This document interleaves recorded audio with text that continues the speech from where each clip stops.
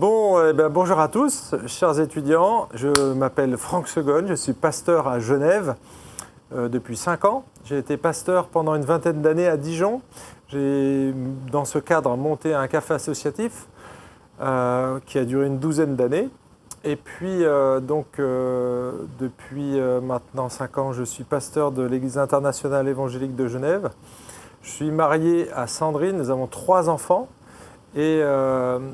Et donc, nous développons un ministère pastoral et en même temps, on a redémarré une sorte de café un peu plus, on appelle ça un café éphémère, donc pour développer des relations dans la ville. Et tout ça, ça rentre dans le cadre du cours et je vais utiliser toute cette expérience, plus toute mon expérience pastorale, pour vous parler de la missiologie. Donc ça sera dans un premier temps. Nous allons faire 6 heures de cours sur la missiologie. On va faire un survol de ce qui s'est fait dans l'histoire et donc comprendre ce qu'est la mission, comment on comprend la mission en général et comment on la distingue de la mission chrétienne.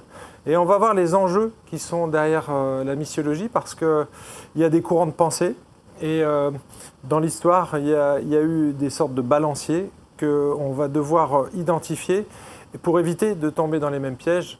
Et donc voilà, je vais essayer de vous donner les outils pour que vous puissiez vous concentrer sur l'essentiel dans la mission.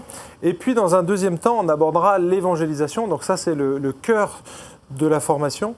Et on va entre autres parcourir ce livre que j'ai écrit il y a quelques années.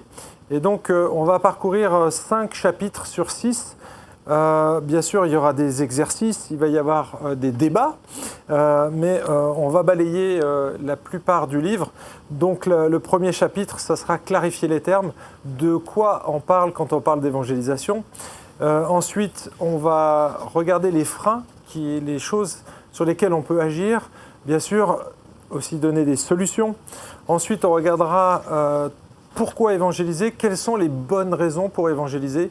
Donc là, le chapitre s'appelle « L'évangélisation est une manière d'être ». Et puis, un gros morceau, c'est toute la partie qui concerne le processus. On va voir que dans l'Écriture, on trouve des éléments, des métaphores notamment, qui nous permettent de voir l'évangélisation comme un processus qui s'inscrit et qui nous permet de faire des disciples, parce que c'est le cœur de la mission de l'Église. Et puis, dans un dernier temps, on regardera l'évangélisation sous l'aspect du travail collectif.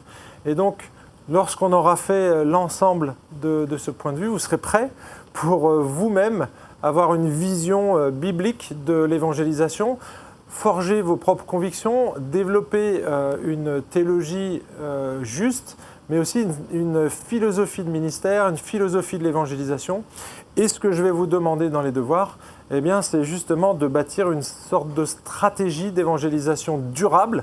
Donc c'est plus que simplement annoncer l'évangile, hein. L'évangélisation durable, c'est tout un concept que j'explique tout au long du cours. Donc c'est bâtir une stratégie d'évangélisation durable qui soit adaptée à votre contexte. Donc il y aura tout un travail de fond à faire, de recherche, d'analyse de votre contexte et ensuite tout simplement prendre les éléments du cours. Et puis vous aurez aussi un travail de compte-rendu de lecture, donc dans un des livres que vous devrez choisir. Le tout sur 10 pages si vous êtes en formation 1 et puis 15 pages si vous êtes au niveau 2. Eh bien voilà, j'espère que ce programme vous donne déjà l'eau à la bouche et que vous serez bientôt en phase avec le cours. Je me réjouis de pouvoir soit vous voir, soit vous lire parce que vous allez me rendre vos devoirs. Et donc c'est vraiment une joie. J'espère que ce cours vous sera utile parce que c'est vraiment l'objectif visé. On vise ces 3 objectifs: orthodoxie. Donc là, c'est vraiment comprendre ce que disent les Écritures. Ensuite, l'orthopathie, c'est avoir des motivations justes. Donc on va travailler l'aspect du cœur. Et ensuite, l'orthopraxie, comment faire concrètement, mais que ce soit quelque chose de biblique aussi, comment appliquer ces principes. Et on va vraiment insister sur ces 3 aspects, mais je veux que ça soit utile pour vous. Donc le devoir sera aussi axé pour ça, pour que ce soit utile pour vous. C'est ma prière, donc j'ai hâte de lire vos copies lorsque vous allez les rendre. Et en tout cas, je vous dis à très bientôt.